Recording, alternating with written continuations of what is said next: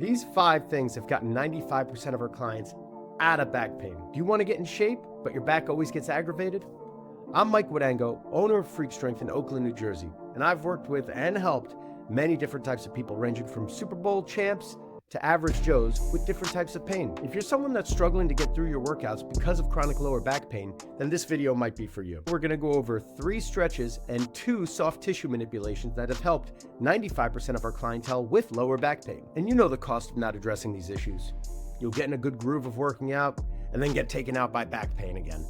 There goes the weight loss, and the cycle ensues. You're good, you're not good. You're good, you're not.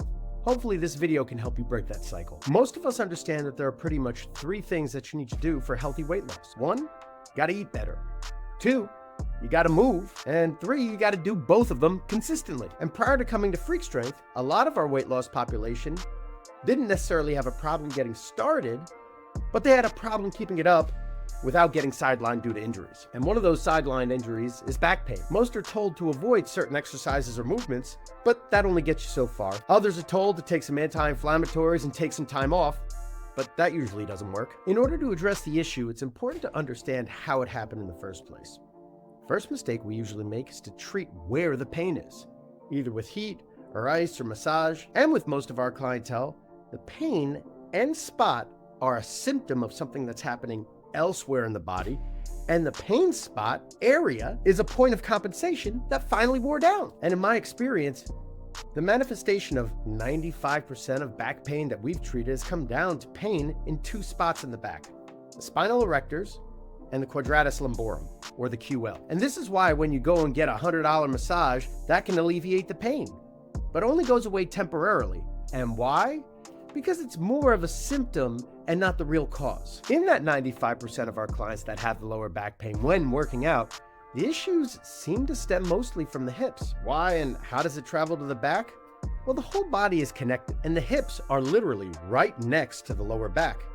And one of those hip muscles, the psoas, even originates in the lower back. When the psoas is tight, it can put pressure on the spine in a way that can cause pain. The pain can be a result of poor alignment, or of muscles like the quadratus lumborum, the QL, to overwork. And the same thing goes for another muscle of the hip, the glute medius. And what I've noticed is that when the glute medius is dysfunctional, it can also cause the QL to become dysfunctional. Why?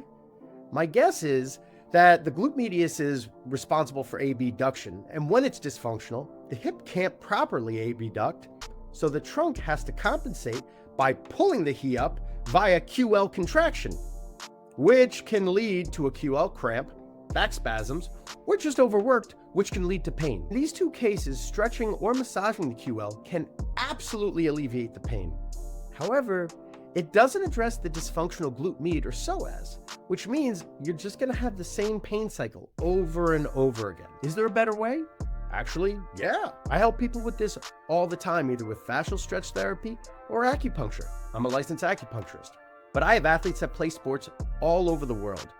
I had to figure out a way to help them with these same exact issues without me having to fly out on a moment's notice to go see them. That's not practical, and it's expensive.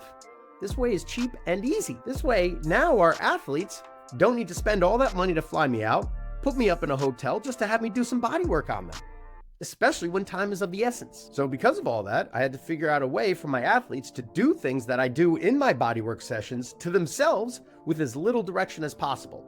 The KISS theory. Keep it simple, stupid. Plus, now with this, I can also teach you to fish, and you could grab most of the low-hanging fruit yourself. And when there's a real issue, we can actually book an appointment. All right, so now, how do we address these issues? So here's a basic protocol that I use with our clientele. But before showing it, here's a disclaimer. Make sure you consult your doctor before doing anything in this video. And make sure you do what you actually can with these. Don't force a square peg into the round hole with this. The goal of this is to not experience too much pain, all right? I don't want that much discomfort when you're doing these stretches.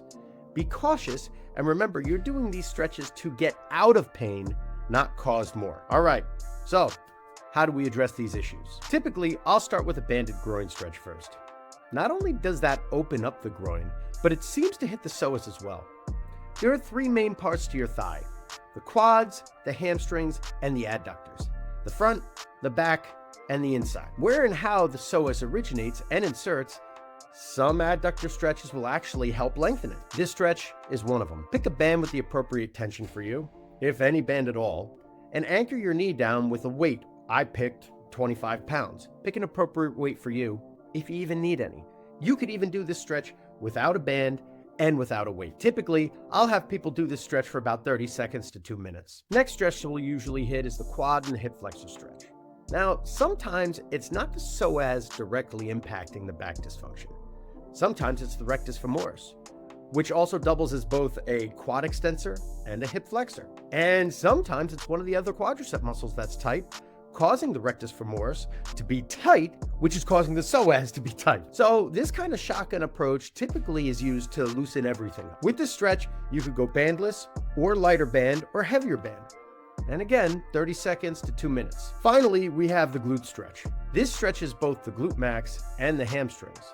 But the banded tension also helps cause traction, which will help stretch the glute medius, which, as we covered, I think is a big player in the lower back health. Next, we roll out the glutes either with a lacrosse ball, a foam roller, or a vibrating foam roller, which I prefer. The vibration seems to get the muscles to relax best from what I've noticed, so that's why I use it the most. And lastly, we have the psoas rollout, which we do with a ball that's right by the belly button.